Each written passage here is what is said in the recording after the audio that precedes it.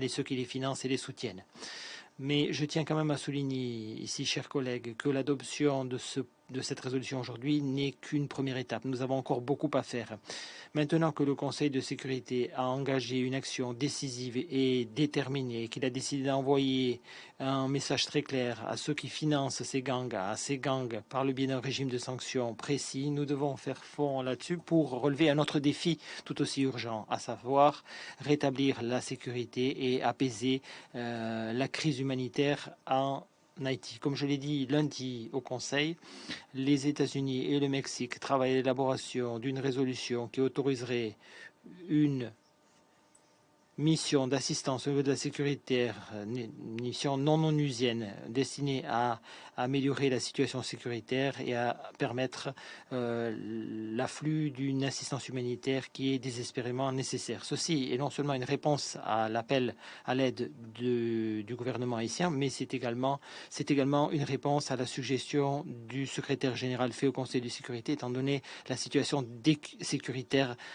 qui se détériorait dans ce pays. L'action engagée aujourd'hui est importante, c'est vrai. Cependant, nous devons faire de notre mieux pour continuer d'aider le peuple haïtien en cette période difficile. Merci, Monsieur le Président. Représentant des États-Unis de sa déclaration. Je donne maintenant la parole au représentant du Mexique. Gracias. Merci beaucoup. Merci beaucoup, Monsieur le Président.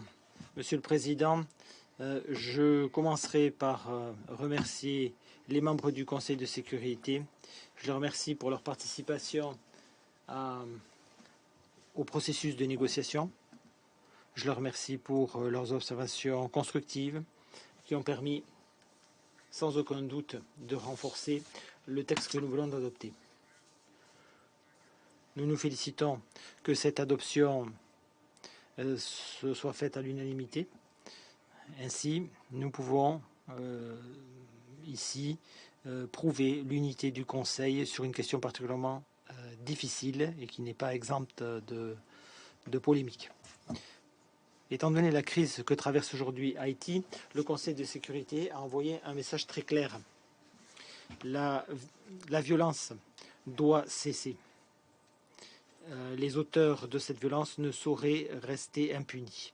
Il est également important de mettre en place un embargo pour éviter tout transfert d'armes vers ces acteurs non étatiques qui, en plus de terroriser la population civile, déstabilisent le pays. Comme nous l'avons dit à de multiples reprises ici, le trafic d'armes est un fléau pour beaucoup de pays. Et c'est un fléau contre lequel nous devons lutter avec fermeté. Cette résolution nous permet d'avancer dans ce sens. Cette résolution envoie également un signal très clair. Le Conseil de sécurité ne restera pas les bras croisés et agira non seulement à l'encontre de ceux qui suscitent la violence dans les rues de Haïti, mais également à l'encontre de ceux qui les protègent, les soutiennent et les financent. Ce que les États-Unis et le Mexique se sont efforcés de faire par le biais de ce texte, c'est avant tout de soutenir Haïti dans la lutte que ce pays mène pour mettre en place une coexistence pacifique et pour mettre en place donc une gouvernance démocratique dans ce pays digne de ce nom. Le Mexique tient à réitérer sa pleine solidarité avec ce pays frère qu'est Haïti et exhorte les membres du Conseil de sécurité à continuer de travailler sur les mesures à venir qui devront être prises pour atteindre cet objectif. Merci beaucoup, Monsieur le Président. Le représentant du Mexique de sa déclaration. Je donne maintenant la parole au représentant de la Chine.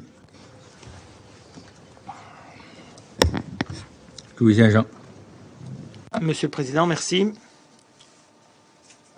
Lundi, dans cette même salle, le Conseil a débattu de la situation en Haïti. Les membres se sont inquiétés des crises multiples, humanitaires, sécuritaires qui se sont détériorées, ont souligné la nécessité de trouver une solution politique pour apaiser la souffrance des populations et ont appelé à l'unanimité pour qu'une action solide soit engagée pour serrer la vis et lutter contre les gangs criminels. Le Conseil vient d'adopter la résolution, à l'unanimité, la résolution 2653. Il a mis en place un embargo sur les armes, un gel des avoirs et des mesures pour lutter, un régime de sanctions pour lutter contre les gangs criminels. Ceci correspond à la volonté du Conseil de rétablir l'ordre social, la sécurité, défendre les populations et lutter contre les gangs en Haïti. Nous avons toujours demandé à faire preuve de retenue et de prudence dans l'utilisation des régimes de sanctions, quelle que soit la situation internationale. Mais étant donné l'urgence de la situation actuelle à Haïti et l'appel lancé par ce peuple et ce gouvernement, nous avons été les premiers à demander à ce qu'un régime de sanctions précis soit mis en place à l'encontre des gangs haïtiens. Notre proposition a trouvé écho chez d'autres membres et d'autres pays. Nous félicitons les États-Unis et le Mexique qui sont co-coordinateurs de cette question, qui ont préparé cette résolution, qui sont venus nous voir pour obtenir notre avis, qui ont amélioré constamment le texte. Et nous remercions également les autres membres du Conseil pour l'attitude tout à fait responsable lors des consultations. Merci d'avoir travaillé ensemble pour permettre l'adoption de cette résolution sur une base consensuelle. Monsieur le Président, nous espérons que la résolution 2653 enverra un message très clair aux gangs criminels en Haïti, les exhortant de mettre un terme à leurs activités néfastes qui nuisent à la population et continuer de miner les bases socio-économiques de la société haïtienne. Nous espérons que cette résolution enverra un message très clair aux partis politiques haïtiens. Ceux-ci doivent arrêter immédiatement d'être les complices de ces acteurs criminels, arrêter de lutter et mettre les intérêts de leur peuple et de leur pays en premier et arriver à un consensus sur les structures de l'État et sur la phase de transition, et ce le plus vite possible. Nous espérons également que cette résolution 2653 enverra un message très clair au peuple haïtien, leur prouvant que le Conseil de sécurité reste saisi de la situation et s'inquiète de leur souffrance et s'efforcera de lutter contre ce fléau qu'est la violence et d'alléger le poids qui pèse sur leurs épaules. Haïti est au bord du gouffre, elle a besoin désespérément d'une aide de la communauté internationale. Après l'adoption de cette résolution, le Conseil restera saisi de la situation en Haïti et nous espérons que dans la prochaine phase de nos débats sur la question, nous continuerons de défendre l'esprit d'unité et de coopération et consultation qui a régné ici. Nous continuerons de mettre l'accent sur des mesures concrètes, l'objectif étant de prendre des décisions prudente sur la question. La Chine entend continuer de jouer un rôle constructif en la matière. Merci beaucoup, Monsieur le Président. Je remercie le représentant de la Chine de sa déclaration. Je donne maintenant la parole à la représentante de la Norvège. Thank you, President. Merci, Monsieur le Président. La Norvège a voté en faveur de la résolution. La situation alarmante à Haïti, telle que nous en avons débattu lors d'une réunion récente du Conseil, exige une action de la part de la communauté internationale. Le peuple haïtien mérite notre pleine attention, notre assistance et notre dévouement. Et aujourd'hui, en réponse à cet appel, le Conseil crée le premier régime de sanctions depuis l'année 2017. Ce régime de sanctions est un point de départ important qui permettra de réduire la capacité des acteurs criminels et des gangs à poursuivre leurs activités illicites et violentes qui paralysent Haïti. Nous avons mis l'accent dans l'élaboration de ce projet de résolution et l'adoption de cette résolution sur la mise en place d'un régime solide, un régime qui permettra de dissuader les groupes de recourir à la violence sexiste et sexuelle, de recruter des enfants, donc recrutement par les groupes armés, par les réseaux criminels, et de se livrer à des violations des droits de l'homme qui menacent la paix et la sécurité de Haïti et de la région. Il est important que ce régime de sanctions est également une très forte composante humanitaire. Monsieur le Président, permettez-moi de souligner l'importance de la reconnaissance par le Conseil de la nécessité de mettre en place des procédures claires et justes et l'importance de l'intention du Conseil d'autoriser l'Ombudsman à examiner cette question. respecter la procédure est fondamental si nous voulons garantir la légitimité et l'efficacité de tout régime de sanctions. La Norvège a toujours défendu ce principe, le principe de garde-fou pour préserver la régularité de la procédure. Et le fait que le Conseil entende maintenant autoriser l'ombudsman à garantir le respect des procédures au-delà du régime 1267 est une excellente chose. Il est important que le Conseil continue de dialoguer et reste saisi de la question. Nous nous félicitons de la mesure qui a été prise pour aider le peuple de Haïti. Nous sommes prêts à continuer de débattre de notre projet de résolution dont les États-Unis ont parlé. Nous espérons que celui-ci sera partagé avec les autres membres le plus vite possible. Merci. Maintenant la parole au représentant de la Fédération de Russie. Merci, Monsieur le Président. La Fédération de Russie a appuyé le projet de résolution préparé par les États-Unis et le Mexique introduisant un régime de sanctions du Conseil de sécurité à l'encontre des groupes criminels de Haïti. S'accorder sur le texte adopté n'a pas été facile. Nous constatons que les auteurs ont changé leur position initiale peu constructive et ont tenu compte au final des préoccupations des membres du Conseil, préoccupations liées notamment à une hâte excessive et à l'imposition de dates butoirs artificielles. Le consensus sur cette résolution nous a démontré que même dans les conditions actuelles, le Conseil est capable de parvenir à des résultats positifs s'il travaille de façon responsable, si l'on tient de façon respectueuse des points de vue des collègues et si l'on aspire sincèrement au compromis pour régler ensemble les problèmes difficiles. Nous espérons que Washington et le Mexique, en présentant ce régime de sanctions au Conseil de sécurité, ont tenu compte de l'avis des acteurs de la région.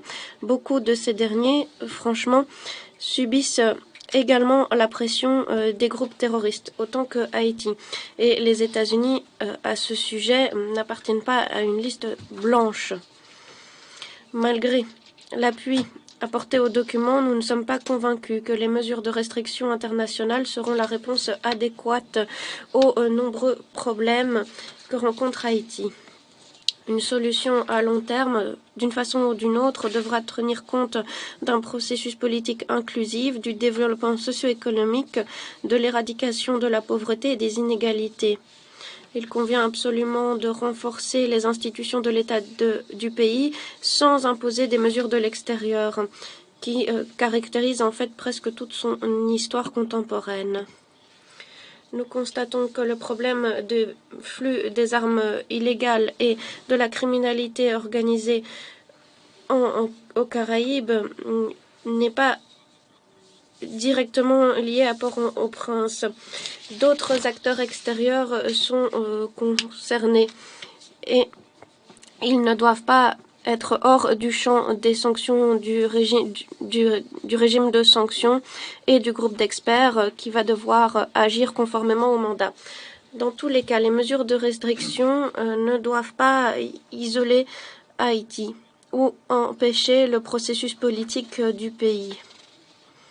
Les sanctions du Conseil de sécurité, ce n'est pas un instrument de punition, mais c'est un des outils à l'arsenal du Conseil de sécurité pour réagir de façon ferme aux menaces.